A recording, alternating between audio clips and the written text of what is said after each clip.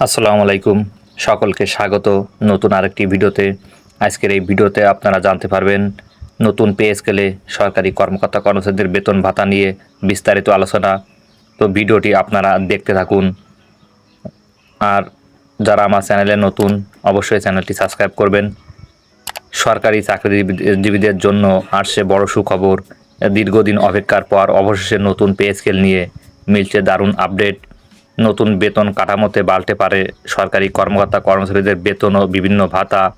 ইতিমধ্যে বিষয়টি নিয়ে সরকারের উচ্চ মহলে নিশ্চিত করেছে 1 জুন থেকে সরকারি কর্মকর্তা কর্মচারীদের বেতন ভাতা বিভিন্ন ধাপে ধাপে বৃদ্ধি হবে বলে জানিয়েছেন প্রধানমন্ত্রী তারেক রহমান।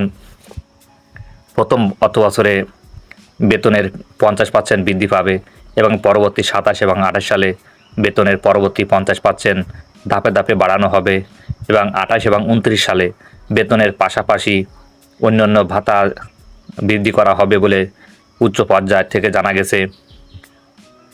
তো ভিডিওটি এ পর্যন্ত। আমার চ্যানেলটি যারা এখনও সাবস্ক্রাইব করেননি অবশ্যই চ্যানেলটি সাবস্ক্রাইব করে পাশে থাকবেন।